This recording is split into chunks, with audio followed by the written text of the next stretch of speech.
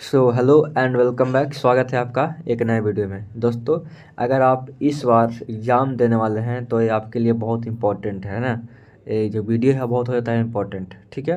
क्योंकि एग्ज़ाम से पहले एक तरह से ये मॉक टेस्ट आपका हो गया है ना, कि एग्ज़ाम में कैसे से क्वेश्चन आएगा एक तरीका आपको पता हो जाएगा, ठीक है। तो भूगोल का आज हम लिए हैं क्लास 12 भूगोल का लिए हैं कितना, तो 70 क्वेश्चन लिए हैं। और आपको 70 क्वेश्चन आपका बोर्ड में भी रहेगा, ठीक है। तो इस वीडियो को देखिए पूरा लास्ट लास्ट तक और देखिए कि कितना आपको आता है, कितना कर पा रहे हैं, है ना। ये मॉडल सेट आपका मॉडल सेट कौन सा आपका हो गया, पेपर 1 हो गया, ठीक है ना। इसी तरह से हम आपको कराएंगे टोटल 4, ठीक है। इसमें आपका ये पहला है। तो चलिए शुरू करते हैं। अगर आप पहली बार आए हैं तो सब्सक्राइब कर लीजिए, ताकि जो और भी 3 जो सेट अभी बचा हुआ है ना वो आपको लगातार मिल जाए और अपना कंप्लीट कर लें, ठीक है। तो चलिए, तो हमारा पहला यहाँ पे क्वेश्चन क्या है कि नाम निश्चय बाद संकल्पना का प्रतिपादन किसने किया, बताइएगा। यहाँ पे हम ऑप्शन नहीं पढ़ेंगे, है ना। इससे बहुत ज़्यादा टाइम मतलब लॉस होता है। तो बताइएगा तो कौन किए थे प्रतिपादन, तो ये किए थे ग्रिफिथ टेलर, ठीक है। ऑप्शन नंबर यहाँ पे सी बिल्कुल सही हो जाएगा, ठीक है। कह रहा है कि निम्नलिखित में से कौन मानव भूगोल का उपगाम नहीं है, बताइएगा। कौन है जो उपगाम नहीं दोस्त मानव भूगोल का, तो ये आपका मतात्मक क्रांति है, जो कि आपका मानव भूगोल का उपगाम नहीं है, ठीक है। ऑप्शन नंबर डी बिल्कुल करेक्ट हो जाएगा। कह रहा है क्या कि किसने कहा मानव भूगोल जो है ना, स्थिर पृथ्वी और क्रियाशील मानव के बीच के परिवर्तन का संबंध है ना। कि मानव क्या है, क्रियाशील है, पृथ्वी क्या है, अस्थिर है, मतलब कि वो घूम रही है ना। और उसी के बीच के जो अध्ययन है वो क्या कहलाता है आपका, मानव भूगोल कहलाता है, मानव भूगोल कहलाता है। और ये कहा कौन था, तो ये कहे थे एलन सी सैम्पल कहे थे, ठीक है ना। ऑप्शन नंबर यहाँ पे डी बिल्कुल करेक्ट हो जाएगा, ठीक है। आगे देखिए कि सैन्य भूगोल मानव भूगोल के किस क्षेत्र का उपक्षेत्र है, यानी कि डिफेंस जो होता है ना, डिफेंस ज्योग्राफी जो होता है, मतलब कि खुद को बचाना, है ना, या फिर दूसरों से बचाना। मानव भूगोल किस क्षेत्र के उपक्षेत्र है, मतलब किस क्षेत्र के अंतर्गत आता है कहने का मतलब। तो ये आपका राजनीतिक भूगोल के अंतर्गत आता है, ठीक है ना। यानी कि राजनीतिक उपक्षेत्र यहाँ पे करेक्ट हो जाएगा, ठीक है। राजनीतिक भूगोल, ठीक है ना। यानी कि राजनीतिक भूगोल जो है आपका किस किसके आता है अंतर्गत, तो ये आता है आपका सैन्य भूगोल के अंतर्गत आता है, ठीक है ना। ये आपका उपक्षेत्र हो गया, ठीक है। चलिए आगे क्या है, निम्नलिखित में से कौन क्षेत्र सघन जनसंख्या वाला है, बताइएगा। भूमध्य प्रदेश या फिर ध्रुवीय प्रदेश, मरुस्थलीय क्षेत्र या फिर दक्षिण पूर्व एशिया, तो बताइएगा। तो कौन सा हो जाएगा आपका दक्षिण पूर्व एशिया, ठीक है ना। ऑप्शन नंबर डी बिल्कुल करेक्ट हो जाएगा। अब ध्रुवीय प्रदेश मतलब कि ऊपर जो ऊपर की ओर है ना, ऊपर की ओर उतना जो ठंडी रहता है, बर्फ रहता है, वहाँ कौन रहेगा उतना, है ना। जहाँ पे जलवायु अच्छा होगा, वेदर अच्छा होगा, सब चीज़ बढ़िया रहेगा, है ना, वहीं पे तो आदमी ज़्यादा रहेगा। तो नहीं कि आपका दक्षिण पूर्व एशिया हो जाएगा, ठीक है। आगे देखिए कि निम्नलिखित में से कौन जन स्थानांतरण का प्रतिकर्षण कारक नहीं है, बताइएगा। तो क्या है भाई, बताइएगा। तो शैक्षणिक सुविधाएं जो है आपका प्रतिकर्षण का कारक नहीं है, ठीक है। इसको ध्यान रखेंगे, ठीक है। जो भी सब करवा रहे हैं सब PVI है ना, इसी के बीच में सबका आना है। चलिए आगे देखिए, कह रहा है जनसंख्या वृद्धि का सर्वाधिक जनसंख्या वृद्धि दर सर्वाधिक है, बताइएगा कहाँ। अफ्रीका, एशिया, उत्तर अमेरिका फिर दक्षिण अमेरिका। तो ये क्वेश्चन तो गलत कर ही नहीं सकते हैं कभी भी, बताइएगा।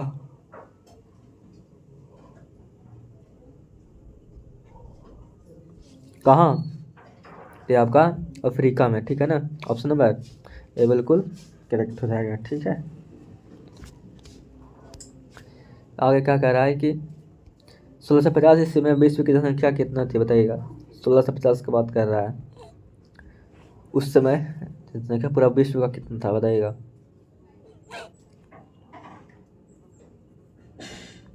तो था टोटल 55 करोड़ था, ठीक है ना। अभी तो फल यूपी बिहार से 55 करोड़ हो जाएगा, प्लस से हो जाएगा, है ना।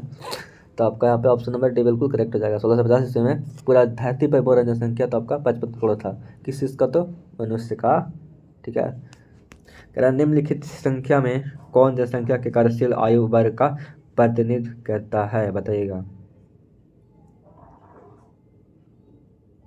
बताइएगा। तो जिसका भी इस बच्चे का भी ऑप्शन नंबर डी है, बिल्कुल करेक्ट है।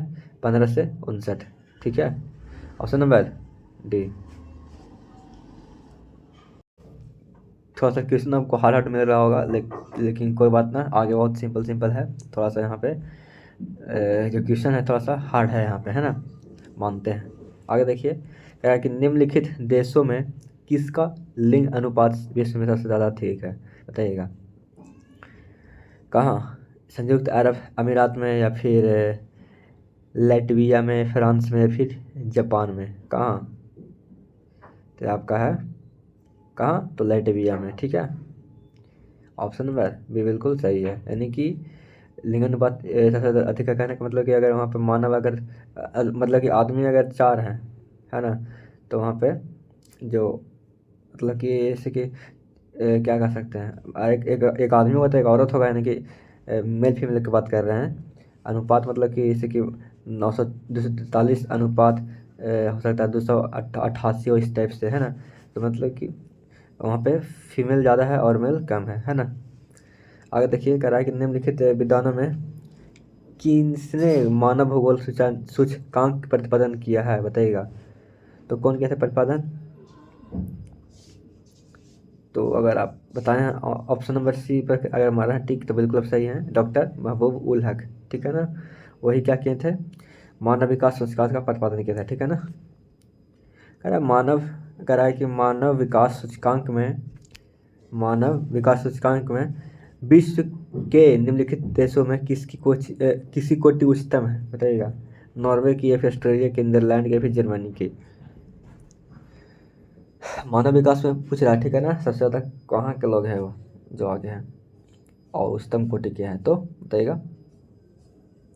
तो नॉर्वे, ठीक है, ऑप्शन नंबर ए बिल्कुल करेक्ट हो जाएगा। फूलों की कृषि क्या कहलाती है, बताइएगा। फूलों की कृषि क्या कहलाती है? तो क्या कहलाती है? अब जो बच्चे का आंसर डी है, बिल्कुल सही है, ठीक है, ऑप्शन नंबर डी, पुष्पोत्पादन, ठीक है ना। क्या कहलाता है? पुष्पोत्पादन उत्पादन कहलाता है, ठीक है ना। आगे देखते हैं।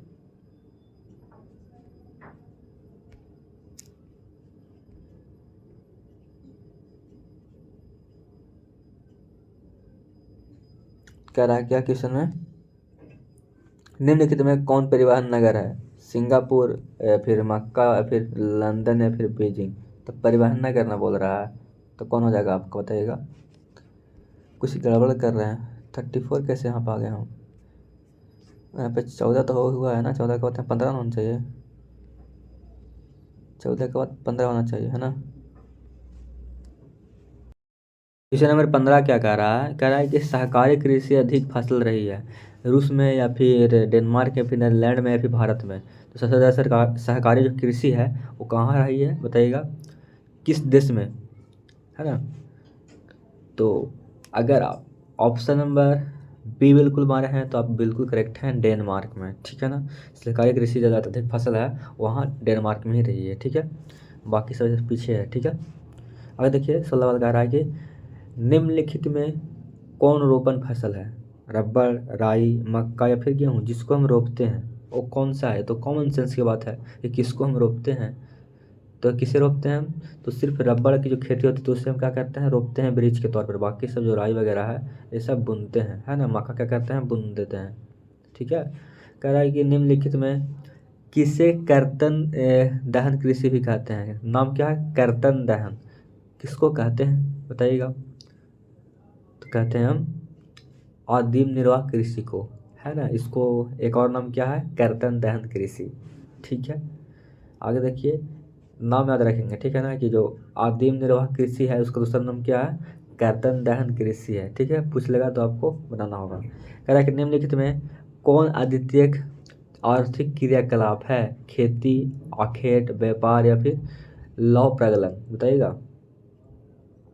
तो द्वितीय आर्थिक क्रियाकलाप कौन सा है यहाँ पे, बताइएगा। तो आपका लौह प्रगलन, ठीक है। आपका यहाँ पे लौह प्रगलन जो है क्या आपका द्वितीयक आर्थिक क्रियाकलाप है, ठीक है। खेती तो आपका एकदम प्रथम हो जाता है, ठीक है ना। और खेत मतलब क्या होता है, क्या कह सकते हैं, उस शिकार वगैरह करना होता है। व्यापार भी क्या होता है आपका, आपका ये पहला में आता है, ठीक है ना। यहाँ से तृतीय में आ जाता है, तृतीय में आ जाता है, ठीक है। तो आपका तृतीय में आ गया वाला यहाँ पे, और यहाँ पे द्वितीयक में आपका ये आ गया लोहा आ गया, ठीक है। निम्नलिखित में कौन कृषि आधारित उद्योग है बताइएगा? सीमेंट या फिर लोहा इस्पात या फिर चमड़ा उद्योग या फिर जूट उद्योग। तो ये कृषि पर आधारित यहाँ पे कौन है आपका? तो सीमेंट, लोहा, चमड़ा उद्योग या फिर जूट उद्योग। तो क्या है आपका? जूट उद्योग ना आपका, ये कृषि से है। बाकी चमड़ा सीमेंट उद्योग आपका तो फैक्ट्री में होता है आपका। तो आपको यहाँ पे सेकंड में चल जाएगा, ठीक है ना। सेकंड नहीं, थर्ड में चल जाएगा, ठीक है। आगे देखिए, चल जाएगा तृतीय का मतलब, कहने का मतलब निम्नलिखित में कौन वन आधारित उद्योग है बताइएगा? मतलब कि वन आधारित उद्योग पूछ रहा है यहाँ, बोल रहा है यहाँ पे। तो बताइएगा कौन सा यहाँ है आपका? यहाँ पे कागज, सीमेंट या फिर चमड़ा, गंधा, क्या है? तो कागज। कैसे? क्योंकि ये चीड़ और बांस से प्राप्त होता है, तो डिपेंड तो बने पर रहते हैं ना, जंगल पे डिपेंड रहते हैं हम लोग, है ना। कह रहा है क्या कि खनन क्रियाकलाप है बताइएगा? प्राथमिक, द्वितीय, तृतीय या फिर चतुर्थ। खनन मतलब कि खोदना, है ना। वो क्या है आपका? तो आपका यह द्वितीय क्षेत्र है, ठीक है ना। और द्वितीय क्रियाकलाप के अंतर्गत में आता है, ठीक है। निम्नलिखित में कौन पंचम क्रियाकलाप है बताइएगा? पंचम क्रियाकलाप कौन है आपका? तो आपका 22 का बाह्य स्तोरण, ठीक है ना। क्या है आपका? बाह्य, बाह्य मतलब बाहर, और स्रोतन, ठीक है। आपका ऑप्शन में यहाँ पे डी बिल्कुल सही है। बाह्य स्रोतन जो है आपका कौन है? आपका पंचम, पंचम क्रियाकलाप के आता है अंतर्गत, ठीक है। आप इकोनॉमिक्स में 3 ही पढ़े होंगे, 3 क्षेत्र पढ़े होंगे। यहाँ पे क्रियाकलाप है, ठीक है। ध्यान रखेंगे, दोनों अलग अलग है। यहाँ पे काम होने की बात हो रहा है, ठीक है। तो 22 का डी हो गया। आगे चलते हैं। रेल मार्ग के रेल मार्ग के जाल का सघनतम घनत्व है बताइएगा? चीन में या फिर भारत में, जर्मनी में या फिर यूएसए में, बताइएगा कहाँ? रहेगा 23 नंबर का आंसर। तो आपका चीन में हो जाएगा, ठीक है यार, संयुक्त अमेरिका में, ठीक है ना। Option number D. और सेकंड में पूछेगा तो आपका चीन, फिर उसके बाद जर्मनी आ जाएगा, है ना, तब भारत आएगा। कह रहा बृहद ट्रंक मार्ग संबंधित है किस चीज़ से बताइएगा? बृहद ट्रंक मार्ग बोला गया है ना, तो किसी से रिलेटेड है बताइएगा? तो यह है आपका उत्तर अटलांटिक समुद्री मार्ग से, ठीक है। ठीक है, ये आपका मार्ग है, एक तरह का रास्ता है, तो याद रखेंगे, ठीक है। उत्तर अटलांटिक समुद्री मार्ग से है, ठीक है, बृहद ट्रंक मार्ग, ठीक है। जैसे आपका होता है ना NH1, NH11, ये सब इस तरह से आपका समुद्र में भी रास्ता है, ठीक है। चलिए आगे देखते हैं। कह रहा है कि निम्नलिखित में कौन आंतरिक समुद्री पतन नहीं है बताइएगा? कोलकाता, मैनचेस्टर या फिर एथेंस या फिर मेम्फिस, ठीक है ना। मेम्फिस नाम है यहाँ पे, नाम अजीब रहता है यार, इंडिया का तो थोड़ा सा पढ़ना से लगता है, ठीक है ना। तो बताइएगा। तो जिस बच्चे का भी एथेंस है, आंसर उनका बिल्कुल सही है। तो आपका जो आंतरिक समुद्र पतन है, जो आपका सिर्फ एथेंस नहीं है, बाकी आपका ये तीनों है। कोलकाता हो गया, मैनचेस्टर हो गया, और मेम्फिस हो गया, जो आपका क्या आपका समुद्री पतन है, लेकिन आपका ये एथेंस नहीं है, ठीक है। क्या लेनिनग्राद किस प्रकार का पतन है बताइएगा? लेनिनग्राद बोल रहा है, तो बताइएगा। तो क्या है आपका? औद्योगिक पतन है, ठीक है। ऑप्शन नंबर सी बिल्कुल करेक्ट हो जाएगा, ठीक है। कह रहा है कि विश्व व्यापार संगठन का मुख्यालय कहाँ है? जेनेवा है या फिर वियना है, न्यूयॉर्क है, वाशिंगटन है, बताइएगा क्या है? तो बताइएगा।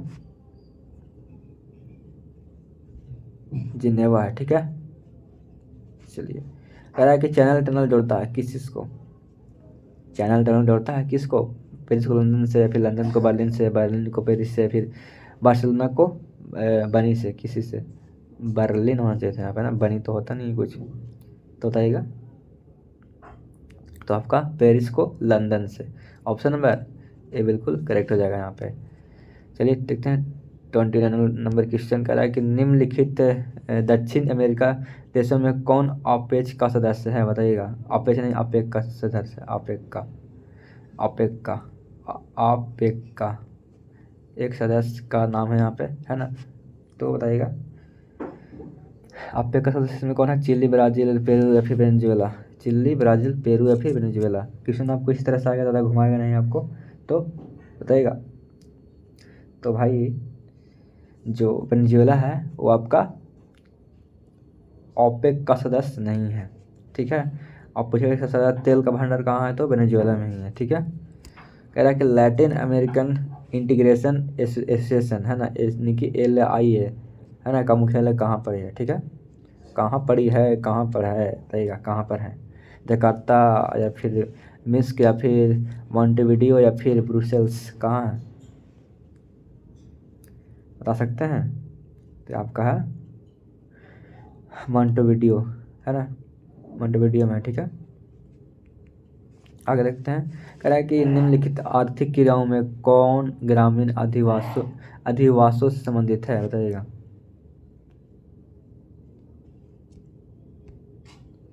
बताइएगा निम्नलिखित में आर्थिक क्रियाओं में कौन सी ग्रामीण अधिवासों से संबंधित है? प्राथमिक, द्वितीय, तृतीय, चतुर्थ, बताइएगा। तो प्राथमिक, ठीक है। निम्नलिखित में कौन औद्योगिक नगर है? लंदन, पिट्सबर्ग या फिर कैनबरा या फिर सिंगापुर, बताइएगा।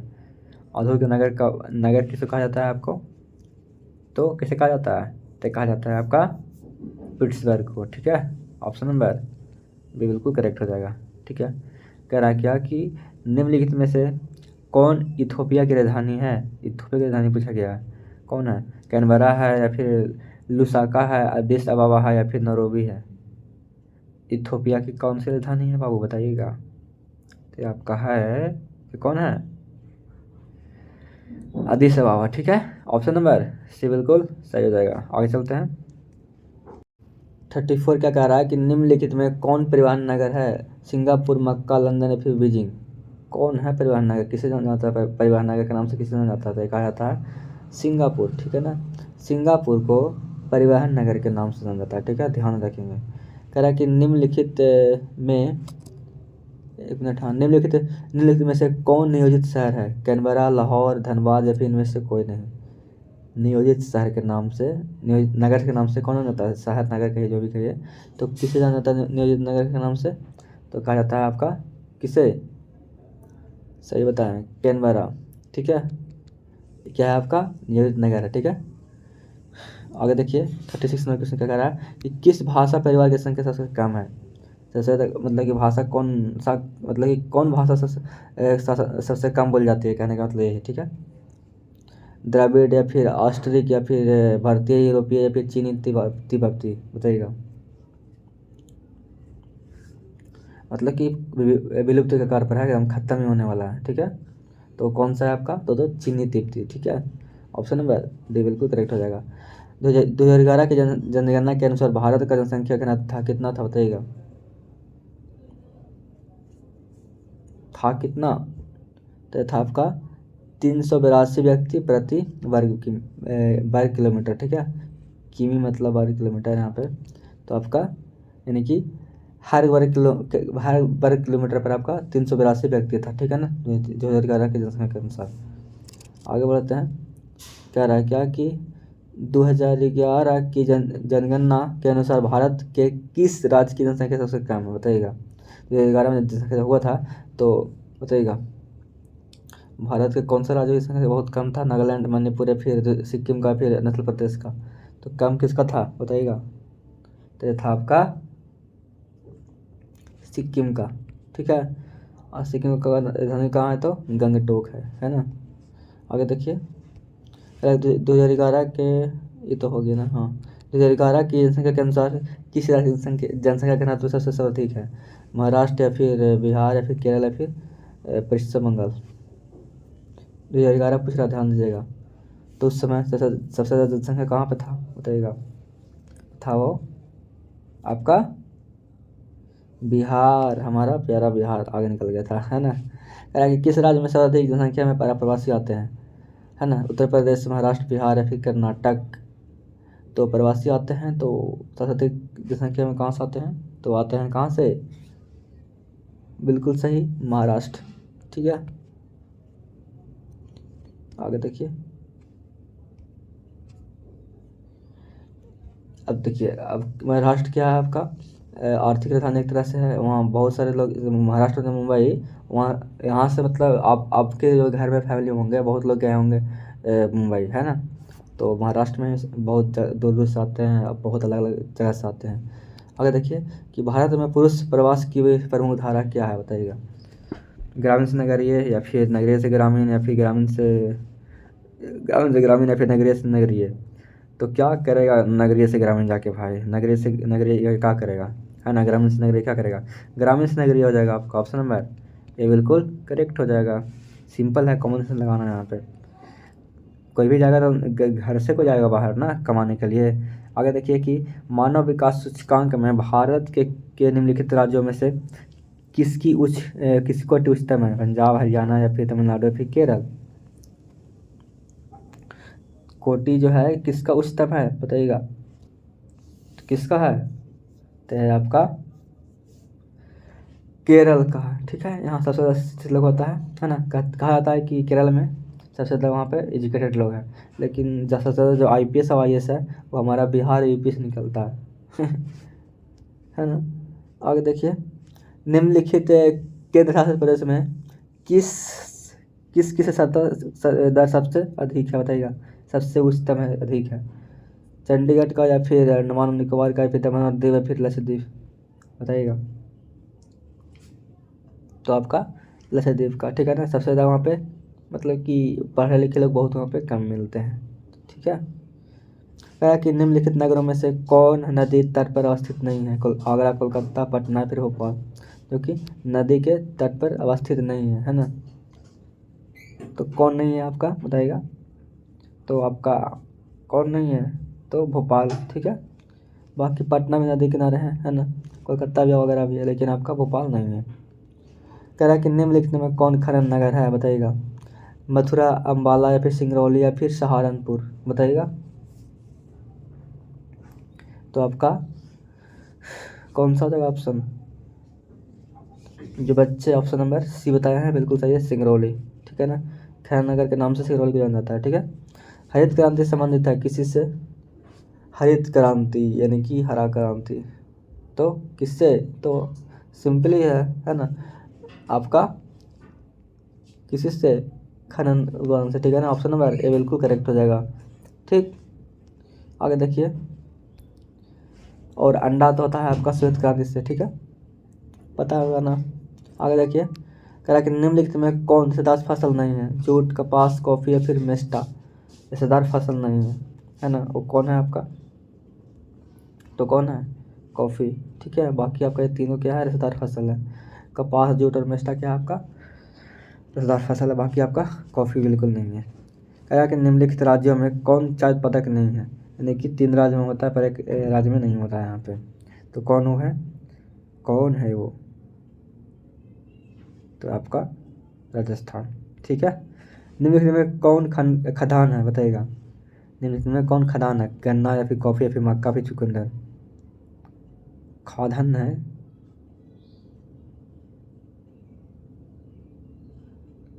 तो आपका ऑप्शन नंबर से बिल्कुल करेक्ट हो जाएगा, ठीक है ना। खदान, खदान, खदान मतलब कि इसको हम खाते हैं, ठीक है ना। खाते तो इसको गन्ना का भी खाते हैं, कॉफ़ी भी खाते हैं, लेकिन चुकंदर भी खाते हैं, लेकिन एक अलग से नाम दिया गया है खाद्यान, है ना। वो कौन है आपका, मक्का हो जाएगा, ठीक है। आगे बढ़ते हैं। कह रहा है कि निम्नलिखित, थोड़ा सा तबीयत खराब है ना, फिर भी वीडियो बना रहे हैं आपके लिए, मतलब इतना मेहनत कर रहे हैं ताकि आपका एग्ज़ाम बढ़िया जाए, आपका रिविजन हो जाएगा बढ़िया से, इस चलते खाली, है ना। अगर आप समझ रहे हैं बातों को और भावनाओं को तो सब्सक्राइब कर लीजिएगा, और एक प्यारा सा कमेंट कर दीजिए कि हाँ सर अगला वीडियो बना दीजिए, ठीक है। कह रहा है क्या कि निम्नलिखित में कौन भारत का सबसे लंबा राष्ट्रीय राजमार्ग है, NH 27, या फिर NH 44, या फिर NH 6 से इनमें से कोई नहीं। सबसे लंबा राष्ट्रमार्ग का नाम पूछा गया है, ये क्वेश्चन आपको आते रहता है, बताइएगा। तो कौन है, 51 का क्या हो जाएगा आपका, तो NH 44, है ना, आपका सबसे ज़्यादा लंबा है, ठीक है ना। देखिए यहाँ पे क्वेश्चन वाला छोड़ दिए हैं कि निम्नलिखित में राज्यों में कौन कपास उत्पादक नहीं है, गुजरात, हरियाणा, आंध्र प्रदेश, हिमाचल प्रदेश, है ना। तो बताइएगा, ये तो लगभग कर दिए हैं ना यार, चलिए कोई दिक्कत ना, फिर से कर लीजिए। तो आपका हिमाचल प्रदेश है जो कि आपका कपास प्रोड्यूस नहीं करता है, बाकी आपका ये तीनों करता है, गुजरात हरियाणा और आंध्र प्रदेश तीनों करता है, पर आपका हिमाचल प्रदेश नहीं करता। हिमाचल प्रदेश आपका सेब प्रोड्यूस करता है, इसमें बहुत आगे हैं। जल है क्या, जैव संसाधन है, फिर जैव है, फिर नवीकरणीय है, फिर इनमें से कोई नहीं। तो बताइएगा क्या है आपका, तो क्या है ये, तो इनमें से कोई नहीं है ना। ऑप्शन नंबर डी बिल्कुल सही है। इसको हम रिसाइकल भी करते हैं, ठीक है ना, अगर होता है ना चक्रीयता मार देते हैं, ठीक है। आगे देखिए, केंद्र सरकार का हरियाली प्रोजेक्ट संबंधित है किस चीज़ से, हरियाली किस चीज़ से संबंधित, वायु से या फिर जल से या फिर दोनों से, फिर इनमें से कोई नहीं, है ना। यानी कि वायु संरक्षण करने का मतलब कि वायु का बचाव या फिर जल का बचाव या फिर ये भी दो या फिर इनमें से कोई नहीं। तो ये जो प्रोजेक्ट है किससे है संबंधित बताइएगा, तो ये आपका है जल से है, ठीक है ना। ऑप्शन नंबर बी बिल्कुल करेक्ट हो जाएगा, ठीक है। निम्नलिखित में कौन ऊर्जा का अनवीकरणीय स्रोत है बताइएगा, तापीय या फिर तापीय ऊर्जा या फिर जल विद्युत ऊर्जा या फिर पवन ऊर्जा या फिर सौर ऊर्जा, तो बताइएगा कौन है ये। तो ऊर्जा का अनवीकरणीय स्रोत कौन है, तो जो बच्चे हमारे हैं ऑप्शन नंबर ए बिल्कुल सही है, तापीय ऊर्जा, ठीक है ना, जो कि आपका अनवीकरणीय स्रोत है, ठीक है। ऑप्शन नंबर ए बिल्कुल सही है। हीराकुद परियोजना अवस्थित है कहाँ, उड़ीसा में, छत्तीसगढ़ में, मध्य प्रदेश में, फिर झारखंड में। थोड़ा सा दिखाई दे रहा होगा काम, तो कोई क्या ही कर सकते हैं, थोड़ा सा पीडीएफ बनाने में थोड़ा सा क्वालिटी कम गया है ना। तो हीराकुद परियोजना अवस्थित है कहाँ पे, एक क्वेश्चन कर लीजिएगा VVI, ठीक है ना, इसको कर लीजिएगा VVI। तो हीराकुद परियोजना अवस्थित कहाँ है बताइएगा, तो कहाँ ये, तो ये आपका है उड़ीसा में है, ठीक है। आगे देखिए कि निम्नलिखित राज्यों में से निम्नलिखित राज्यों में किसमें काकारा काकरा पार नव की, नामों अजीब अजीब रखता है, सही सही नाम नहीं रख सकता था, पाल सा नाम रखा है, काकरा पार नवीकरणीय ऊर्जा केंद्र है, बताइएगा कहाँ है ये अवस्थित, काकरा पार, तो कहाँ है ये, तो ये आपका है कहाँ कहाँ कहाँ, ये आपका है गुजरात में है, ठीक है। खतरी तांबा क्षेत्र किस राज्य में स्थित है, देखिए सब क्वेश्चन आपका बहुत सिंपल क्वेश्चन आ गया आप, है ना। जब से थोड़ा सा आग बका रहे थे कि बहुत हार्ड क्वेश्चन है, आप देखिए सिंपल वाला आ गया। खतरी तांबा क्षेत्र किस राज्य में है, ये आपका पिछले वाला जो मतलब कि सेट करवाए हैं, देखिएगा नीचे जो भी 3-4 सेट कराए हैं ज्योग्राफी का और भी वीडियो डाले हैं, उसी में उसी में भी ये सब मतलब कि मिलता है, ठीक है ना। ये आपका जितना है चारों चारों आपको पिछला सेट में मिल जाएगा आपको। तांबा खतरी तांबा क्षेत्र किस राज्य में स्थित है बताइएगा, मध्य प्रदेश, झारखंड, गुजरात या फिर राजस्थान। तो खतरी तांबा क्षेत्र कहाँ किस राज्य में है, तो आपका कहाँ है, तो ये आपका है राजस्थान में है, ठीक है। बोकारो इस्पात केंद्र कहाँ पे है बताइएगा, अरे सॉरी कहाँ पे है छोड़िए ना, ये तो आपका यहीं है, बिहार में ही है। हम पूछ रहे हैं कि बोकारो इस्पात केंद्र जो है वो आपका मिश्रित क्षेत्र में आता है या फिर निजी में या फिर सार्वजनिक क्षेत्र में या फिर इनमें से कोई नहीं, तो बताइएगा, तो ये आपका है बताइएगा, तो आपका सार्वजनिक क्षेत्र आ रहा है, ठीक है ना। यानी कि यहाँ पे सब कोई काम कर सकते हैं, यानी कि आ गए सार्वजनिक क्षेत्र में, ठीक है। ठीक, अरे भाई थोड़ा सा गलती कर दी यहाँ पे, हम क्या बोल दिए अभी हम बोल दिए ना कि बोकारो केंद्र कहाँ, इस वाटर केंद्र कहाँ पे है, हम बोल दिए बिहार में ना, बिहार में नहीं झारखंड में है ना, झारखंड में, ठीक है। बिहार से ही तो अलग हुआ है, तो झारखंड, ठीक है, झारखंड में ही है, ठीक है। कोई क्या आपका है, तो ये बोकारो बात केंद्र है, ठीक है। और पूछा कि ये जो है तो किस चीज़ में, तो ये आपका सार्वजनिक क्षेत्र में है, ठीक है। आगे देखिए कि निम्नलिखित निम्नलिखित कोयला खदानों में कौन झारखंड में नहीं है बताइएगा, जो झारखंड में सिर्फ नहीं है बाकी तो सब जगह है ना। तो जिस बच्चे का भी ऑप्शन नंबर डी बिल्कुल हमारे यहाँ सही है, सिंगरौली, झारखंड में ये तीनों है ना, बोकारो भी है, गिरिडीह भी है, झरिया भी है, लेकिन सिंगरौली आपका नहीं है, ठीक है। कह रहा है क्या कि निम्नलिखित राज्यों में से किस में प्रमुख तेल क्षेत्र स्थित है बताइएगा, मतलब कि बताइएगा मतलब क्या, ऐसे तो वेनेजुएला सबसे ज़्यादा देश में आगे है, लेकिन अगर हम अपना राज्य में बात, अपना जो देश में बात करें तो सबसे ज़्यादा क्षेत्र क्षेत्र कहाँ पे है तेल का, तो आपका बताइएगा राजस्थान, बिहार, असम या फिर तमिलनाडु, तो कहाँ है? तो आपका असम, ठीक है ना, असम में, ठीक है। ऑप्शन नंबर सी बिल्कुल करेक्ट हो जाएगा यहाँ पे। 10 क्वेश्चन और बच गया है। कह रहा है क्या कि नई औद्योगिक नीति की घोषणा कब की गई, बताइएगा। कब की गई थी घोषणा? तो कब की गई थी? तो की गई थी आपका 1991 में, ठीक है। निम्नलिखित में कौन औद्योगिक अवस्थापना का प्रमुख कारक है? बाजार या फिर पूंजी या फिर ऊर्जा या फिर ऊर्जा, यहाँ पे है ऊर्जा या फिर इनमें सभी। तो औद्योगिक अवस्थापना का प्रमुख कारक कौन है, बताइएगा। तो मेन है क्या आपका, क्या होना चाहिए यहाँ पर? तो आपको बाजार बनाना चाहिए भाई, बिना बाजार के तो खोलेंगे तो चलेगा ही नहीं। पूंजी बनना चाहिए या फिर ऊर्जा बनना चाहिए, यानी कि इनमें सभी सही है, ठीक है। अगर ऑप्शन में इनमें से भी देता है तो समझिएगा इनमें से भी पूरा चांस है कि हो वही हो आंसर हो सकता है। अगर नहीं आता है तो तुक्का लगा सकते हैं, है ना। भारत में वायु परिवहन सेवा की शुरुआत हुई, बताइएगा। कब से? कब से वो मतलब कि हवाई जहाज़ से यानी कि एक्सपोर्ट इम्पोर्ट होने लगा, कब से? तो होने लगा था कब से? तो 1911 से, ठीक है। 1911 से आपका वायु परिवहन शुरू हो गया था, ठीक है। निम्नलिखित में निम्नलिखित में कौन पूर्व मध्य रेलवे मंडल का मुख्यालय है, बताइएगा। पूर्व मध्य रेलवे मंडल का मुख्यालय पूछा गया है ना, तो कौन है ये? तो कौन है बताइएगा। तो आपका हाजीपुर, ठीक है ना, जो कि आपका पूर्व मध्य रेलवे मंडल का मुख्यालय है, ठीक है। उत्तर दक्षिण गलियारा जोड़ता है किस चीज़ को? उत्तर दक्षिण गलियारा किसको जोड़ता है? क्वेश्चन बहुत ही फेमस है और VVI भी है, ठीक है। ये आपको तो कंपटीशन में पूछता है बहुत, है ना। बताइएगा। एक बार हम ये वाला शायद हम देखे थे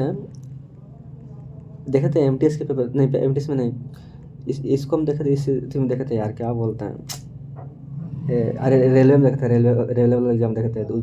उत्तर दक्षिण गलियारा जोड़ता है किसको किसको, ये देखे थे रेलवे वाला में, ठीक है ना। रेलवे के जब सेट हम प्रैक्टिस किए थे ना, तो हम देखे थे कि ये क्वेश्चन आया हुआ है। तो बताइएगा। तो आपका श्रीनगर और कन्याकुमारी को, ठीक है। आगे कि तुतिकोरन पतन स्थित है केरल में, तमिलनाडु, कर्नाटक या फिर आंध्र प्रदेश। तो कहाँ स्थित है आपका, बताइएगा। तो आपका है कहाँ? तो आपका है तमिलनाडु में, तुतिकोरिन, ठीक है। तुतिकोरिन कहाँ है? तो तमिलनाडु में, ठीक है। चलिए, अम्ल वर्षा का कारण क्या है? जल प्रदूषण है, फिर ध्वनि प्रदूषण है, फिर वायु प्रदूषण है, फिर भूमि प्रदूषण। तो क्या है आपका मेन जो कारण है, क्या है आपका अम्ल वर्षा का? तो आपका क्या है? वायु का होना प्रदूषण, है ना, यही तो मेन है ना, यही तो मेन घटक है आपका। तो ऑप्शन नंबर सी बिल्कुल सही हो जाएगा। 2011 में निम्नलिखित में से कौन भारत का सबसे बड़ा व्यापारिक भागीदार था? जर्मनी या फिर चीन या फिर UAE या फिर संयुक्त अमेरिका। तो कौन था आपका सबसे ज़्यादा भागीदार, सबसे बड़ा भागीदार मतलब? तो कौन था ये? तो ये था आपका कौन? USA, ठीक है ना। ऑप्शन नंबर डी बिल्कुल करेक्ट हो जाएगा। USA नहीं था, सॉरी, चीन था यार, चीन था, ठीक है ना। ऑप्शन नंबर बी हो, ठीक है। ध्वनि प्रदूषण का प्रमुख स्रोत है क्या है, बताइएगा। ध्वनि प्रदूषण का उद्योग, मोटर वाहन, लाउड स्पीकर या फिर इनमें से सभी। तो बताइएगा। ध्वनि प्रदूषण का प्रमुख स्रोत बोल रहा है ना, तो कौन देगा आपका? उद्योग वगैरह भी हो जाएगा, उससे तो क्या होता है, साउंड प्रोड्यूस होता है। मोटर वाहन भी फाटफुट होता है ना आपका, और लाउड स्पीकर भी हो गया। मेन तो ये आपका पहला पर ही होगा, ठीक है ना। फिर दूसरा पर आपका हो जाएगा, दूसरा पर आपका हो जाएगा बी, ठीक है ना। और तीसरा पर आपका सी हो जाएगा। सबसे पहले कौन आएगा? तो लाउड स्पीकर, है ना। ऐसे तो यहाँ पे चारों तो है ये है, लेकिन फिर भी अगर करेंगे तो आपका अगर असेंबल करेंगे तो आपका पहला आएगा लाउड स्पीकर, ठीक है।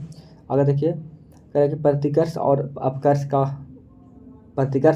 कारक उत्तरदायी है प्रवास के लिए, वायु प्रदूषण के लिए, या फिर गंदी बस्तियों के लिए, या फिर इनमें से सभी। गंदी बस्ती मतलब स्लम एरिया, पता है ना, पढ़ा था इंग्लिश में हम आपको। तो आपका प्रवास के लिए, ठीक है ना।